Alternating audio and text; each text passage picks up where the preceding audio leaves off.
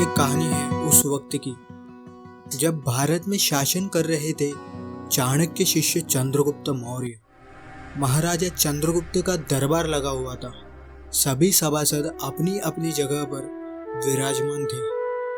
महामंत्री चाणक्य दरबार की कार्यवाही कर रहे थे। महल के बाहर एक खिलौने का सौदागर आया था और उसका दावा था कि उसके पास ऐसे खिलौने हैं जो बहुमूल्य और विशेष है। महाराज चंद्रगुप्त ने सौदागर को दरबार में प्रस्तुत करने की आज्ञा दी।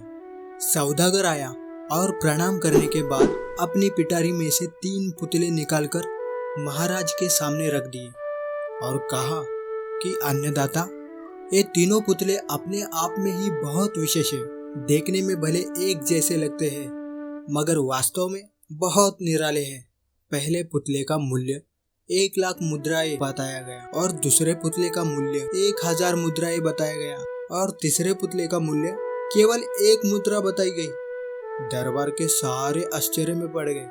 सम्राट चंद्रगुप्त ने तीनों पुतलों को बड़े ध्यान से देखा। देखने में कोई अंतर नहीं लगा, फिर मूल्यों में इतना अंतर क्यों? इस प्रश्न ने चंद्रगुप्त को बहुत परेशान कर दिया। हार के उसने सभासदों को पुतले दिए और कहा कि इनमें क्या अंतर है, मुझे बताओ।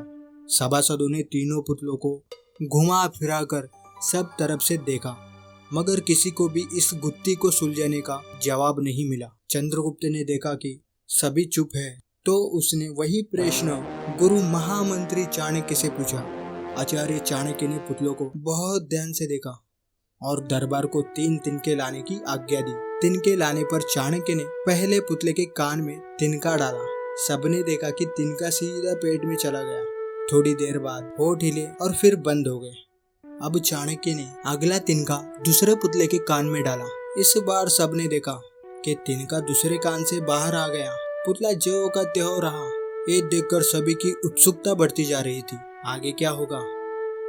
चाणक्य ने तीसरा तिनका तीसरे पुतले के कान में डाला। तीसरा तिनका पुतले के मुंह से बाहर आ गया। पुतले का मुंह एकदम खुल गया। पुतला बराबर हिल रहा था जैसे कुछ कहना चाह रहा हो। सम्राट के पूछने पर ये सब क्या है और इन पुतलों का मूल्य अलग अलग क्यों है?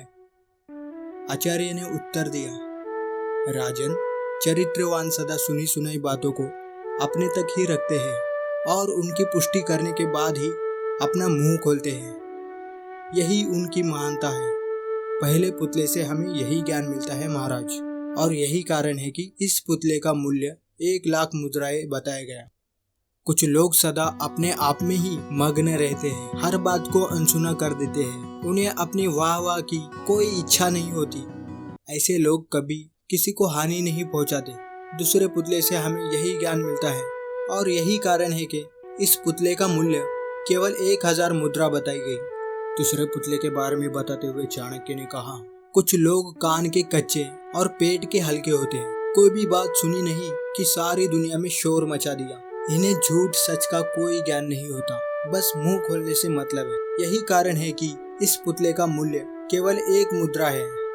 लोक कथा में प्रचलित चाणक्य चंद्रगुप्त के दरबार की ये कहानी आपको कैसे लगी, एक कमेंट बॉक्स में जरूर बताएं।